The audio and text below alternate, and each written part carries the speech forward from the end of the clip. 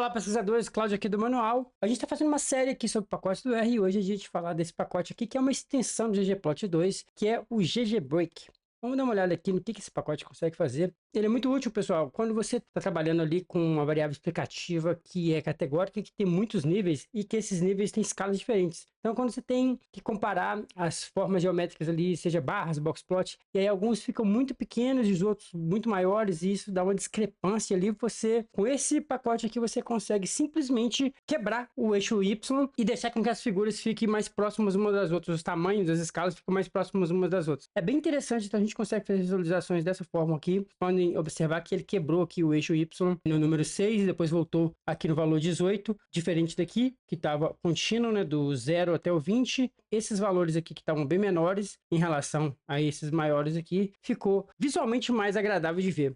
Vamos ver como funciona na prática lá no R? Então a primeira coisa que a gente vai fazer aqui no R é instalar e carregar o pacote. Para isso a gente vai usar a função install.packages para instalar e a função library para carregar o pacote. Como eu já tenho instalado, eu vou só executar o comando aqui para carregar o pacote e a gente vai carregar nossos dados. Dessa vez a gente não vai usar nenhum banco de dados que já existe, a gente vai criar aqui um data frame aqui com alguns valores. Eu quero mostrar para vocês, na verdade, valores bem pequenos em comparação com valores maiores, então eu vou montar esse banco de dados aqui rapidinho. Então eu estou usando aqui essa função setSeed aqui, pessoal, que é, se vocês usarem ela quando vocês rodarem esse script, vocês vão conseguir montar o mesmo banco de dados que eu estou montando aqui, beleza? Aí eu estou criando aqui um banco de dados que eu chamei de D, estou usando a função DataFrame, e aí eu quero que os valores da minha variável X vão do número 1 até o número 20, e para o Y eu vou usar essa função RNorm aqui, que vai randomizar valores com distribuição normal. E aí eu estou indicando que eu quero 5 valores, e esses valores eu quero a média aproximada de 1, nesses próximos 5 aqui eu quero a média aproximada de 60, nesses próximos 5 a média aproximada de 2, e nesses próximos 5 a média aproximada de 62. Então a gente vai ter números aqui bem pequenos, variando na média aqui de 1 e de 2, e números maiores variando na média entre 60 e 62. Vamos rodar aqui as duas funções. Beleza, a gente já carregou aqui nosso pacote, então ele tem 20 observações e tem duas variáveis, o x, que vai do 1 ao 20, e o y, que é aquela sequência. Os primeiros 5 valores aqui tem média 1, depois os próximos 5 a média 60, próximos 5 a média 2 e os próximos 5 a média 62.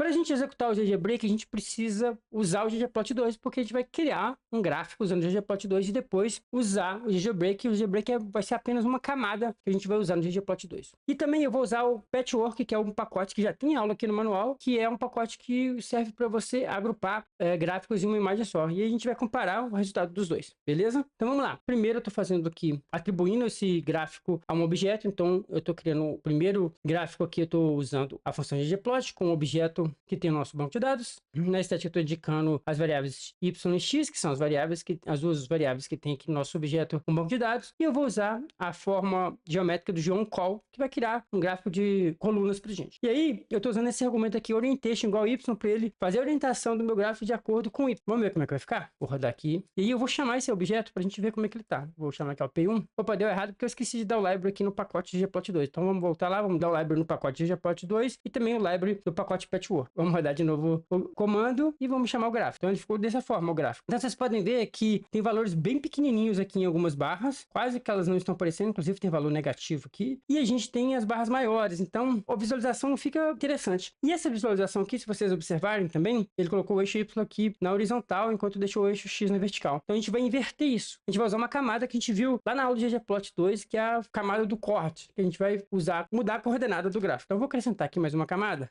e vou editar aqui, ó, e ele já vai completar para mim, dando algumas opções, tá? Então eu vou usar essa chord flip aqui, que ele vai inverter o valor dos eixos. Vamos rodar, vamos ver como é que vai ficar. Pronto, achei que a visualização ficou melhor agora. O que vocês acham? Então aqui a gente tem valores bem pequenos, né? Inclusive valores negativos, em comparação a valores maiores. Então esse tipo de visualização, a gente consegue melhorar ele para a gente observar os valores menores aqui. E é isso que a gente vai fazer agora, usando o ggBreak. Aí, claro, se você quiser aprender mais sobre visualização e também de análise de dados e linguagem de programação R, nós temos o nosso clube de assinaturas do CDP, o Clube do Pesquisador. Acesse o primeiro link aqui na descrição, vem conhecer, vem fazer parte do clube. A gente tem uma formação completa para você, pesquisador, que vai do mais básico ao mais avançado, além de ter cursos de escrita científica e ensinando você a escrever um bom projeto científico para você não precisar perder tempo depois adaptando e fazendo gambiarra na sua pós-graduação. Então acesse aqui o primeiro link, vem ser membro. Continuando, agora eu vou criar um outro objeto aqui, o P2, e vou atribuir esse objeto o gráfico que a gente acabou de criar aqui e adicionar mais uma camada aqui, que é a camada da função do GGBreak, que é o Scale Break. Aí eu posso indicar se eu quero quebrar os valores do eixo X ou os valores do eixo Y. Aqui no caso, como a gente quer quebrar os valores que estão no eixo X, a gente colocou Scale X Break. Se fosse no Y, a gente colocar Scale Y Break, ok? E aí eu vou indicar para ele o intervalo que eu quero a quebra. Como a gente tem valores variando da média de 1 e de 2, eu pedi para ele cortar no 3. E como a gente tem as outras médias variando entre 60 e 62, eu pedi para ele cortar no 58. Então, bem próximo ali aos valores das médias que eu indiquei lá no meu banco de dados. E aí, depois eu estou acrescentando aqui só um tema para deixar o gráfico esteticamente um pouquinho mais bonito. Então, vamos rodar aqui.